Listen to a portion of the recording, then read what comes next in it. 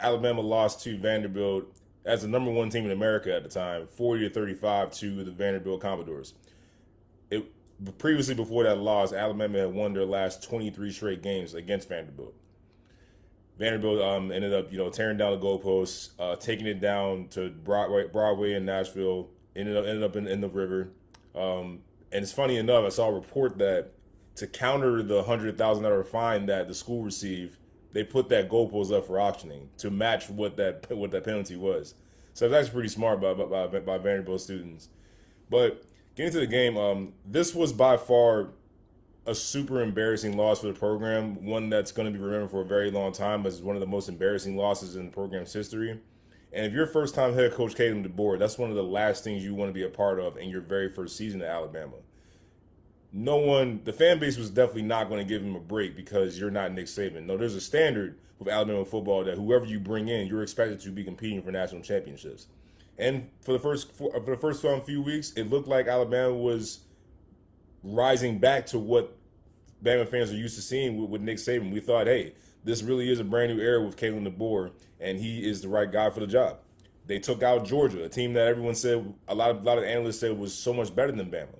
They took them out. Now, granted, they had a 20. They were up 28-0, and they allowed Georgia to get back into the game and took the lead late, making everyone sweat, including myself. But to have that kind of big of a win and then to come back the next week and lose that game to Vanderbilt of all people, that's just a classic. You're not ready to play. You're taking the opponent for granted because they're not a Georgia. Vanderbilt was not a Georgia, but it's a Tales classic, oldest time. I've been on both sides of this. You are a ranked team going on the road against an opponent that everyone says is very inferior to you. You should win this no problem, and you just came off a big win. That's where the focus. I know that a lot of people are going to blame Caleb DeBoer today because, yeah, you're the head coach. Your job is to make sure that your guys are ready to play. But in my opinion, speaking from a player's perspective, yeah, the coach can tell you all the things. He can tell you, keep your head locked in. Don't take this team for granted. Blah blah blah. He can drill that into your head over and over and over and over again. But at the end of the day, it comes down to the players. Coaches aren't going out on the field or out on the court to play the game for you. So if you're an Alabama football player, you shouldn't need a coach to keep telling you to lock in to get a win.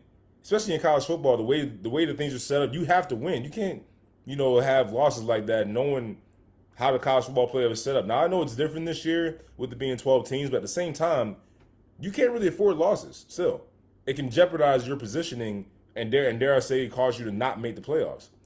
And the SEC, as we know, is very challenging as it is. So you got to get the gimmies, so to speak, when you talk about a game like going against Vanderbilt.